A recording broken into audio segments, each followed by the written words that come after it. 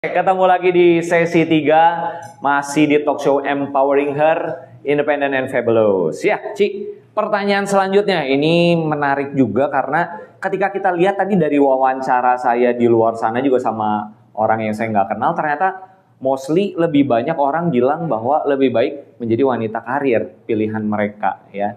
Dan tantangannya mereka di akhir sampai kasih pesan, jangan lupa ya bahwa tugas, sampai ada yang mereka bilang kodratnya sebagai seorang wanita menjadi istri dan ibu. Bagaimana nih Ci, menurut Cici tantangan terbesar yang dihadapi wanita zaman sekarang dalam mengelola tadi peran ganda, berkarir tapi juga sebagai istri dan ibu?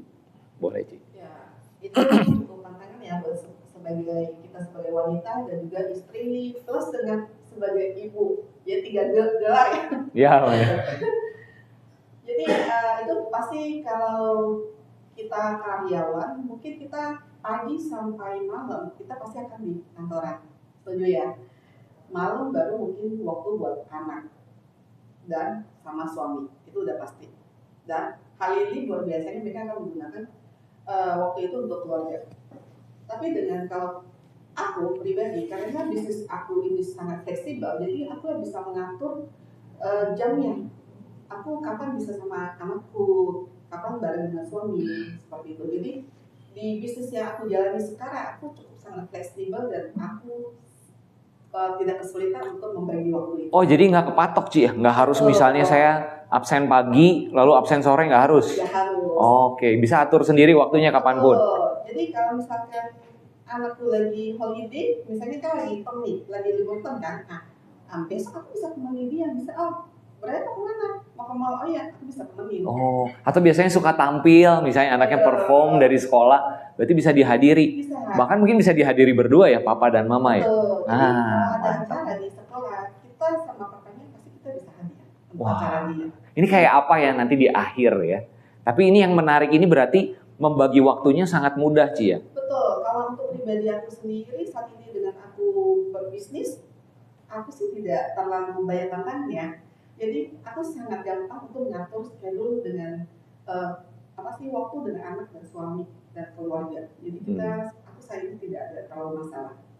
Bahkan mungkin masih bisa ekstra mau ikut komunitas lagi. Seperti yang tadi disampaikan di yang video saya ya, ada sampai satu wanita bilang perlu ruang, bahkan gue sampai salah denger, gue pikir uang ya, uang buat apa gue tanya, ternyata ruang ya, wanita semua, atau boleh bahasanya sekarang bilang me time, ya kita bisa me time, bahkan mungkin Cici dengan waktu fleksibel ini udah me time, masih bisa waktu buat anak, buat suami juga ya Ci. Betul, jadi kalau pagi biasanya pasti gue ada waktunya aku sendiri, dengan teman-teman ya, biasanya gue kan jam 8 ada suka kita mama gaul, ikutan tuh, kita tes, jadi kita sejam, atau biasa seminggu sekali kita akan ngumpul untuk coffee shop, ngumpul ngobrol yang ngulir aja, untuk fun aja, untuk me time seperti itu.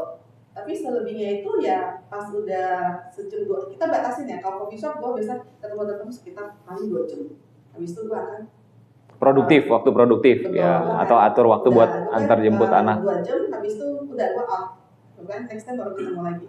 Oh, wow, Cici membatasi supaya tidak berlarut-larut ya dalam kongko bocuan. Itu waktu mau 5 jam pasti nggak akan pernah cukup, setuju nggak? Jadi kita mengatur jamnya kita. Jadi antara 2 jam sampai 3 jam lah maksimal, habis itu gua akan out.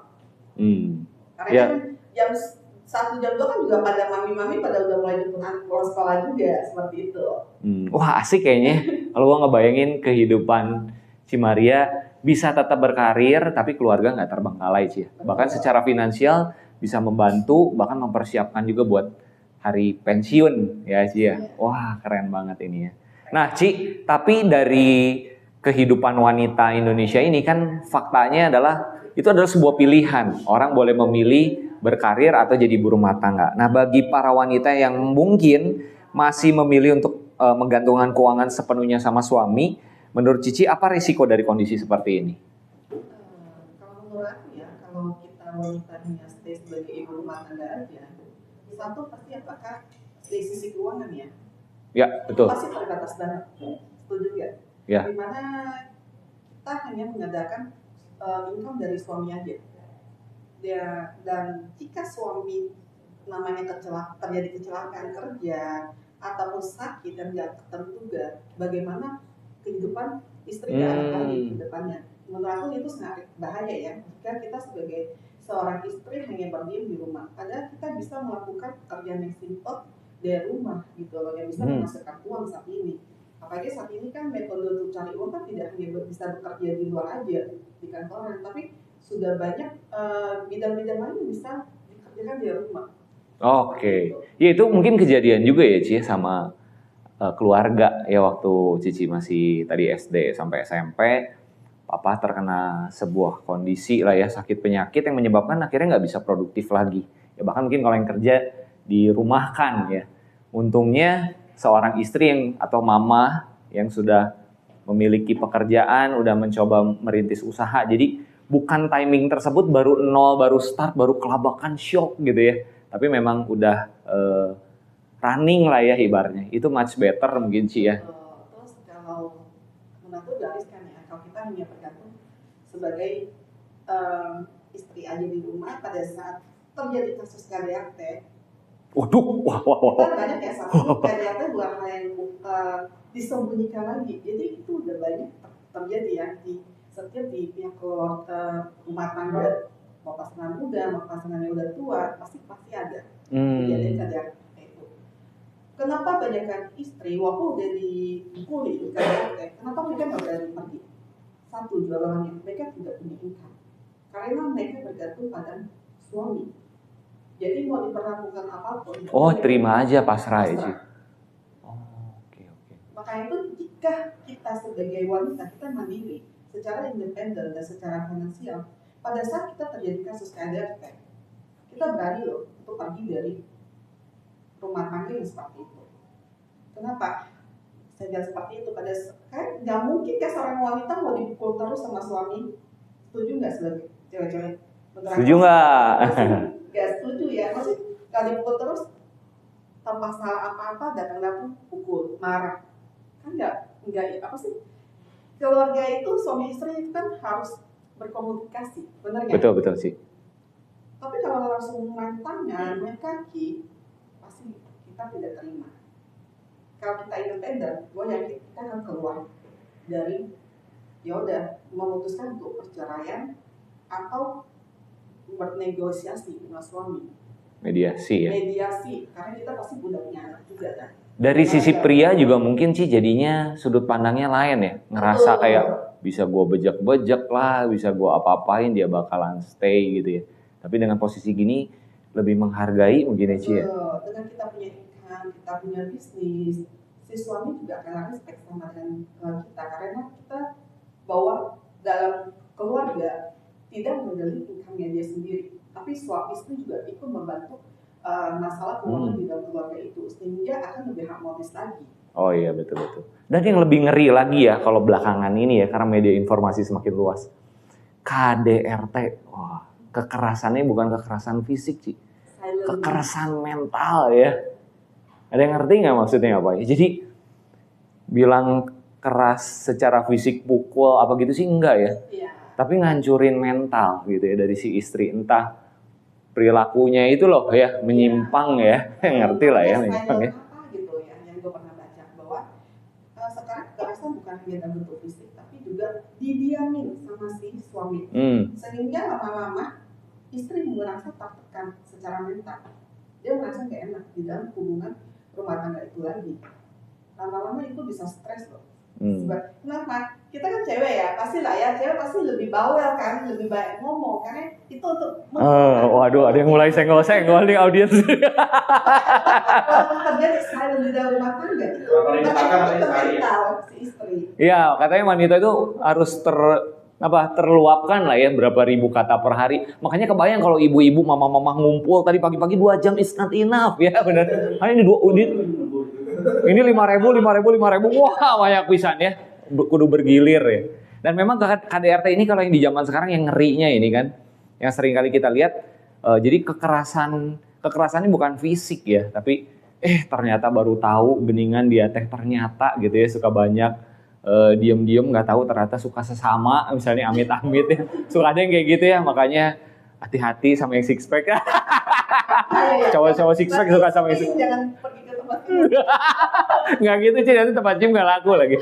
Aman lah ya yang one pack. Udah, lu katanya ada Ci kasusnya, saya pernah baca. Jadi udah berharap full, ya ilah ternyata bukan punya wheel ya, malah punyanya pil. Pria idaman lainnya lah, deng banget ya. Gondok selama ini ternyata ya. Ya kayak gitu, wah itu juga sebuah ancaman kondisi yang nggak pernah tahu ya Ci, di zaman sekarang kayak makin aneh-aneh orang ya. Bisa terjadi kayak begitu ya. Nah, apa yang udah kita persiapkan ya sebagai seorang wanita kalau sampai itu terjadi ya. Ini sih bukan bicara oke, waktunya katanya ya. Ada yang mau disampaikan lagi ya, Ci? Jadi ke distract ini. Tenang, masih 5 menit. Nah, Ci, kalau menurut Cici ya, jadi langkah pertama apa yang bisa dilakukan seorang wanita untuk memulai bisa mandiri secara finansial? Kita harus berani ya untuk melangkah. Kita harus berani memutuskan dulu dari diri kita. Berkomitmen dulu untuk melangkah dari hal kecil. Mulai dengan bisnis kecil, kan banyak kan sekarang biasanya mau jalani bisnis, misalnya ada rumah menjadi Terima just tip.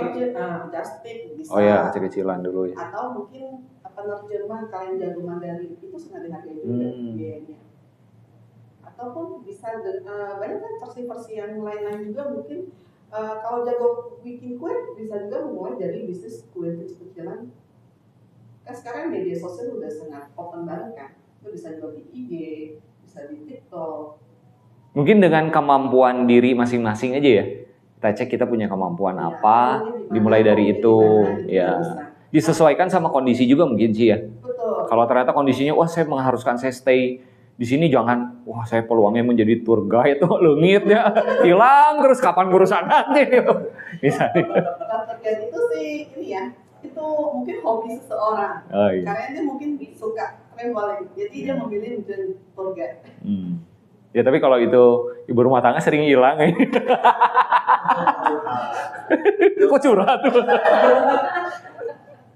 Oke. Nah ini kita mau lanjut lagi sesi yang terakhir, kita mau ngobrol lagi lebih lanjut dan ini topiknya makin memperjelas ya. Kita pengen tahu bagaimana Cici merintis dan memulai sehingga bisa menjadi Ci Maria yang seperti sekarang ini. Kita lanjut sesi 4 setelah kita break.